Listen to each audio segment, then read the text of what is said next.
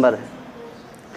आज का दिन हिंदुस्तानी मुसलमानों के लिए यौम सियाह की हैसियत रखता है, काला दिन, ब्लैक डे, क्योंकि आज ही के दिन बाबरी मस्जिद को दिन के उजाले में शहीद कर दिया गया था।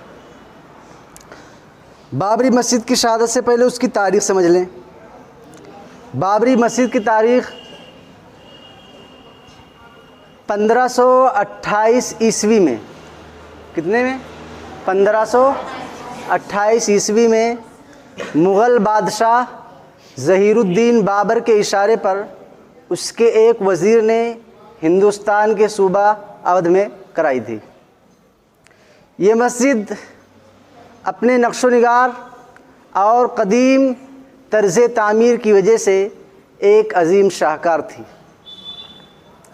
सदियां गुज़रने के बाद जब हिंदुस्तान से मुस्लिम सलातीन का ज़ोर ख़त्म हुआ तो यहाँ पर बसने वाले कुछ लोगों ने बरतानवी साम्राज्य की पुष्टपनाही में ये दावा किया कि बाबरी मस्जिद की जगह राम मंदिर है। बाबरी मस्जिद की जगह राम की पैदाइश हुई थी। इसी दावे की बिना पर 1885 में एक हिंदू रहनुमा ने कोर्ट से इजाज़त मांगी कि मस्जिद की जगह अखाड़े की तामीर की जाए। कोर्ट ने उसकी इस अर्ज़ी को खारिज कर दिया।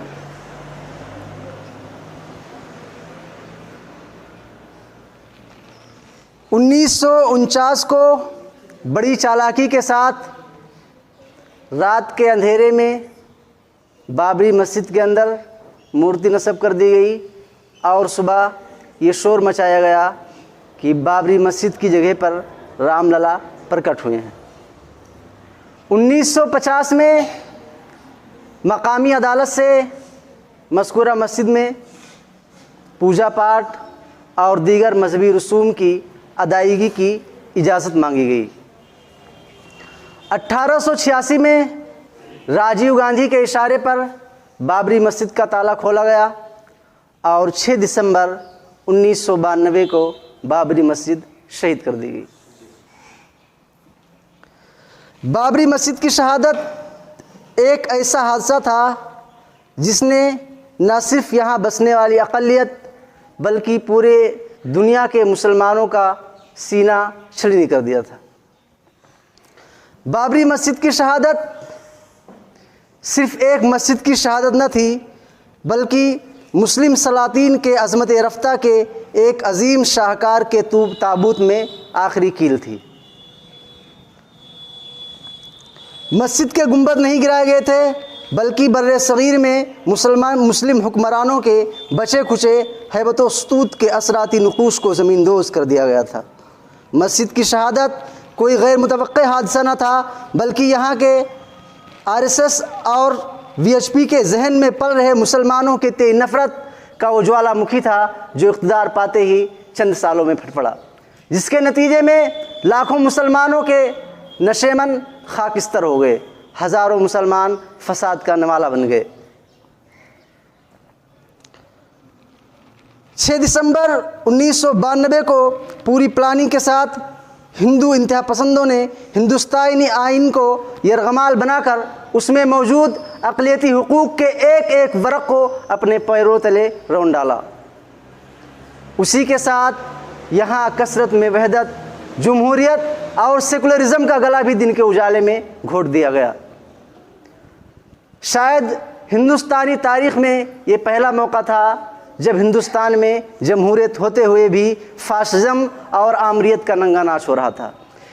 इसमें नाचने वाले वो सियासतदान भी थे जिन्होंने आइन का हल्फ उठाकर मसनद इक़्तिदार पर विराजमान हुए थे। नाच देखने वालों में वो वर्दी वाले भी थे जिन्होंने वर्दी पहनते वक्त आइन की कसम लेकर सबके साथ यकसा सलूक और सबको इंसाफ की फराहमी की यकीन दहानी कराई थी।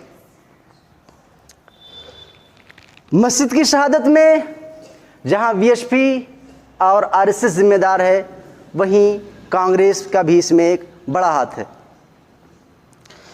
इबादत गाह को तोड़ना किसी भी पार्टी या हुकूमत के बस की बात नहीं थी जब तक कोई भी हुकूमत के इंतज़ामिया उसमें शामिल न हो। ये कह देने से कि चंद इंतहा पसंदों ने इबादतगाह को तोड़ा था, कोई भी पार्टी या हुकूमत मस्जिद की शहादत और उसके नतीजे में होने वाले फसादात में मारे गए सैकड़ों मुसलमानों के खून के छींटों से अपना दामन साफ नहीं कर सकती। अगर इस वाक़े के लिए मुरली मनोहर जोशी, लाल कृष्ण एडवाणी और दीगर हिंदू रहनुमा जिम्मेदार हैं, तो वहीं राजीव गांधी और नरसिम्हा राव भी इस जुर्म में बराबर के शरीक हैं। इस हम्माम में ख़ास सियासतदान हों या राजनेता या फिर मजहबी लीडरान या फिर धार्मिक लीडरान, सब के सब बराबर शरीक हैं।